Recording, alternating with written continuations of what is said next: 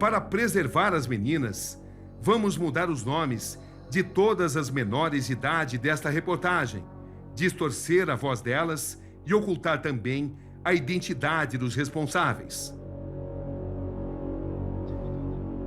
Ana, a personagem que deu início a essa investigação, conhece Jorge Moura pela internet.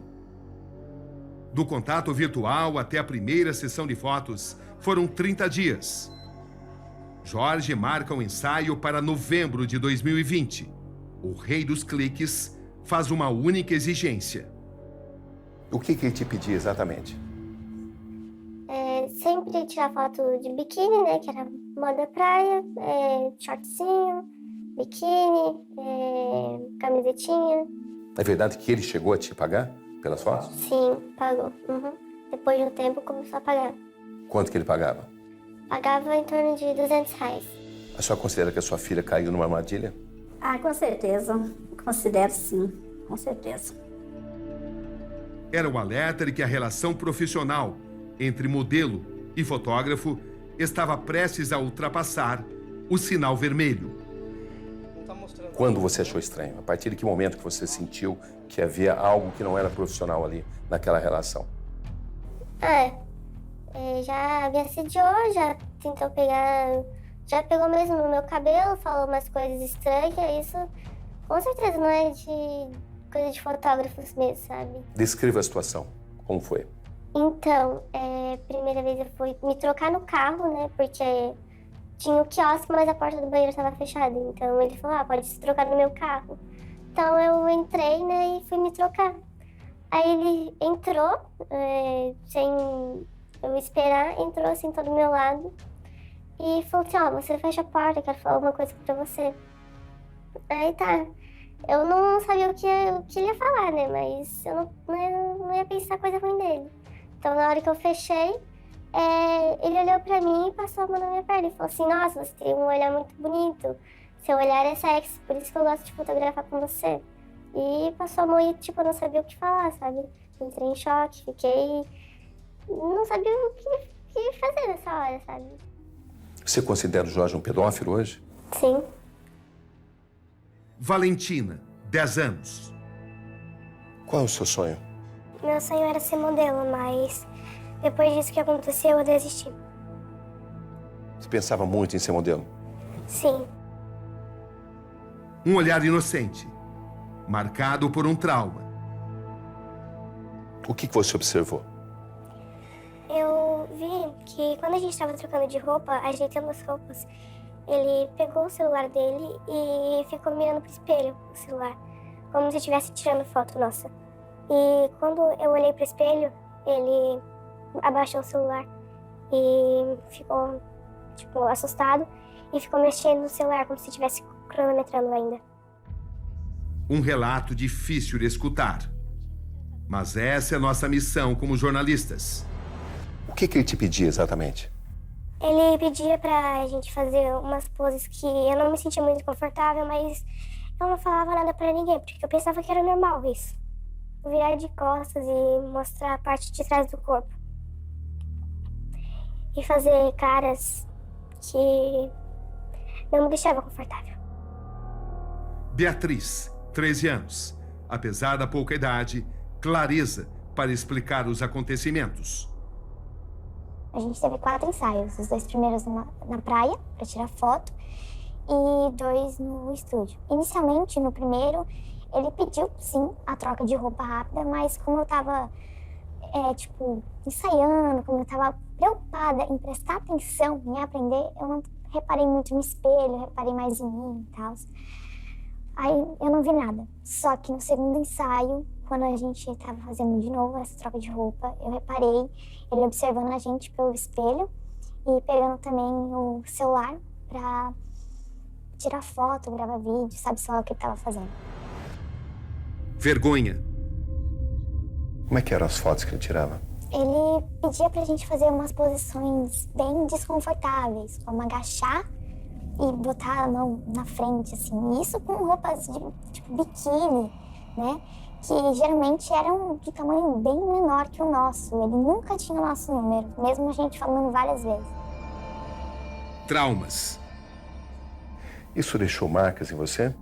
Deixou. Eu já tinha problemas psicológicos, de ansiedade, eu fui no psicólogo, eu tratei. Eu tava melhorando, aliás, nessa época, tava com menos crise de ansiedade, passando menos mal. Só que depois daquilo eu só tive mais crise de ansiedade, eu fiquei com mais medo.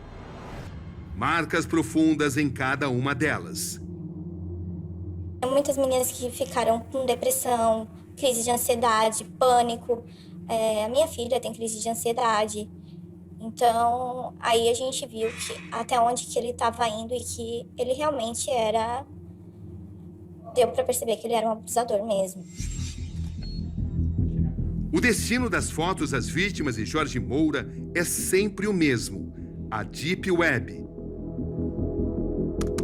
A internet profunda, que não é detectada pelos sites de busca convencionais. Você se considera traída por Jorge Moura? Óbvio. Eu jamais imaginei que as minhas fotos de criança, de 5, 6, 7 anos, iam estar associadas a fotos de mulheres peladas, porque tem isso nos sites. Conteúdo sexual, com conotação sexual. Para que público? Não sei. Endereços virtuais obscuros, ocultos na imensidão dos megabytes. Sites internacionais ilegais com conteúdos que vão de pedofilia a tráfico de armas e drogas, passando por terrorismo e assassinatos. As fotos de crianças e adolescentes captadas por Jorge Moura foram encontradas nesses sites de pedofilia comercializadas por até $25. Sempre visando os sites de pedofilia? Sempre, sempre. Então deu muito a entender que o esquema era... Ele registrava, encontrava vítimas potenciais, de repente, para levar até o nome de aliciadores, de grupos maiores, talvez. E para você ter acesso a materiais mais exclusivos, então, havia pagamento em moeda estrangeira, ou moeda criptografada, né? Então não é qualquer um que conseguiria acesso a esse material. Um território sombrio, conhecido como o esgoto da internet. Quem entra nessa rede usa um site que faz com que o terminal de computador não seja rastreado. Fica sem nenhuma identificação, livre para cometer crimes. É um jogo de gato e rato entre policiais e pedófilos. Apuramos que há anos já havia denúncias contra o fotógrafo e, mesmo assim, ele encontrou formas de continuar agindo livremente. E qual foi o caso que mais te tocou, mais te chamou a atenção? O mais antigo, de 1993. Porque foi a primeira que a gente tem conhecimento e porque ela se sentiu sozinha durante todo esse tempo. Isso se perpetuou pela impunidade? Se perpetuou. Aqui, após a reclamação de uma mãe, Jorge Moura chega a apresentar sugestão de como retirar fotos encontradas em sites de pornografia infantil. A gente tem que denunciar. Só que eu estava vendo, é mais fácil denunciar especificamente uma foto. A foto, quando a gente denuncia uma foto especificamente, aí eles tiram. E o que tem? Tem vídeo dela dançando ali? Eles são sacanas, né? Fazem as coisas e depois já fazem bloqueando as pessoas para a pessoa não ver. O medo do poder de Jorge Moura, muito conectado com pessoas influentes da região, era recorrente nas vítimas. A gente não sabe até onde vai esse esquema, qual o tamanho, mas ele era uma pessoa muito influente, muito conhecida aqui. Isso muda quando cerca de 30 vítimas decidem denunciá-lo. Algumas por redes sociais, outras em boletim de ocorrência e outras ainda por um site da região, o Clique Camboriú. Ele chegou a abusar de quantas crianças?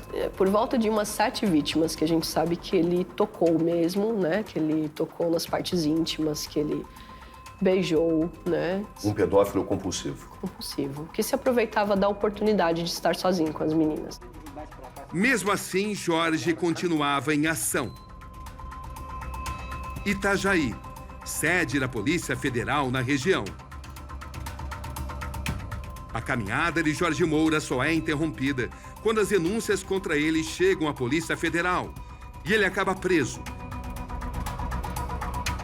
A acusação: abuso sexual, produção e comercialização de fotos e vídeos com poses sensuais e eróticas de crianças e adolescentes. Como é que vocês reagiram à prisão dele? Nossa, Houve um momento inicial alívio. de entusiasmo. De Alívio. Mas Por isso quê? durou pouco. Durou pouco.